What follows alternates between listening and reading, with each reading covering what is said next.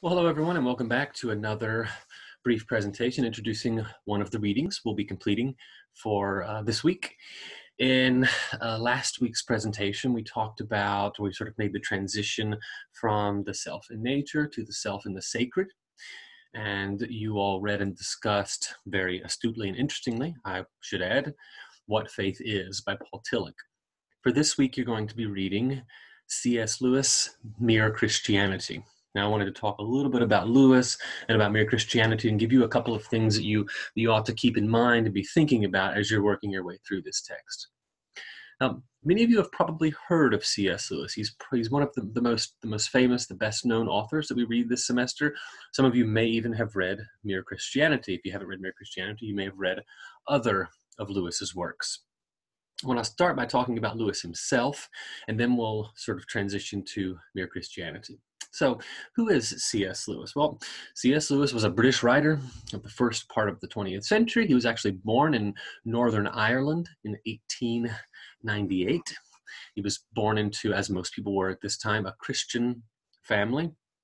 However, by the time of his adolescence, and certainly by the time that he went to university, at the University of Oxford, he had completely lost his faith entirely and became an agnostic, and then a bit later an atheist.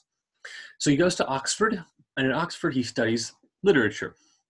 And after graduation, he becomes a fellow in English literature, a professor of English literature at Oxford. And it's really as a professor of English that he begins to make a name for himself as a writer. So you can sort of think of Lewis's writing career as divided into three parts. And the first part is his work as an English literary critic. His first important book in this area was called The Allegory of Love, and it established him as an important scholar of medieval literature. In this book, Lewis attempts to articulate, really for the first time in English, the tradition of courtly love. So if you're interested in literary criticism, interested in exploring that part of Lewis's writing, The Allegory of Love is a great place to start. While he was at Oxford, remember he had sort of been born into a Christian family and then lost his Christian faith and became an atheist.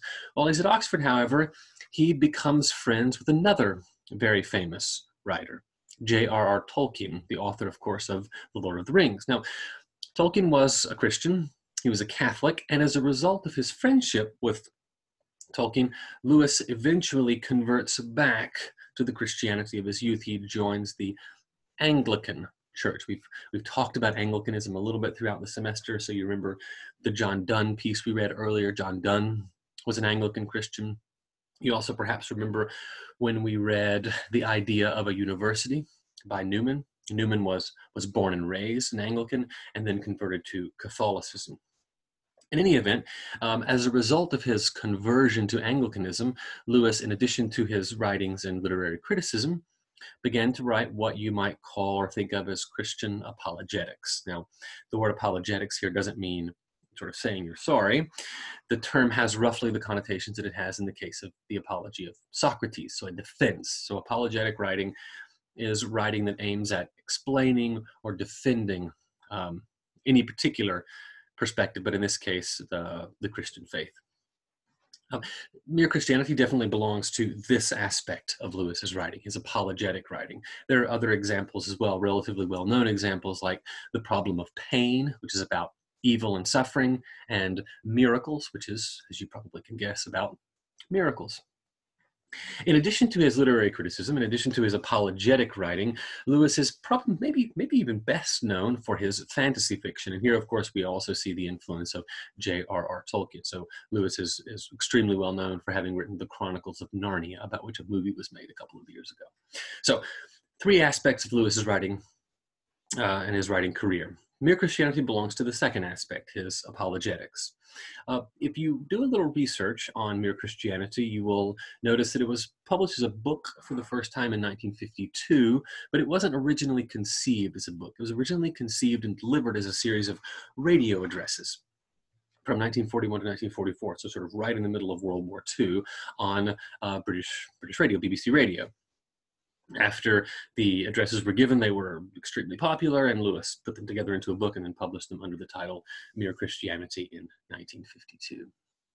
In general, Mere Christianity is Lewis's attempt as a layperson, that is to say, not a professional scholar of religion, not a cleric, not a priest or anything like that, but his attempt as a layperson to explain and defend Christianity. That's the general thrust of the book as a whole. The particular excerpt that we're reading has to do with the question of faith. So what I want you to think about as you're reading this section, really two things. First of all, what is it that faith means for Lewis? How does he define it? How does he understand it? How does he describe it? You know? The second question is closely related to the first question. As you're reading Lewis, I want you to be thinking back about the Paul Tillich piece. Think about how Tillich defines faith, and then compare and contrast that with how Lewis thinks about faith. Are there similarities? Are there differences? Are they thinking along the same lines? Are they diverging at certain points? Actually, there's a third question you might also want to think about as well. I noted last week that Tillich is interested in faith as a general phenomenon, not linked to any particular religious tradition. Lewis is interested in the question of faith from a specifically Christian perspective. And yet, you might wonder whether, despite his specific interest in Christianity, the account of faith that Lewis gives in Mere Christianity resonates with broader human concerns. So a third and final question you might want to consider: even if you're not interested in religious faith, and even if you're not interested in particularly in Christian faith, is there anything that Lewis says that is more universally or more broadly applicable? Is he only speaking to a Christian audience, or are there implications for other non-Christian or even non-religious people in this particular text? Okay, so keep that in mind as you're reading. As always, if you have questions, feel free to let me know. Just one other, two other quick notes. So this is the only reading we're doing for this week. On Friday, I had planned to be at a conference, and so I didn't put anything on the schedule. Obviously, that conference is now canceled, but I'm not going to add anything back to the schedule. Yeah? You will also have noted, as I mentioned in a previous message, the third essay has been canceled, so you don't have to write the third essay. However, if you want to write the third essay to replace a grade on a previous essay, you are welcome to do that. And you can submit that essay, again, totally optional, don't have to write it, but if you want to use the third essay to replace a grade on a previous essay, just be sure that you get it to me by the end of the semester so that I have time to read it and grade it before putting in final grades. Okay? As always, happy reading, and if you have any questions, please feel free to let me know. Okay?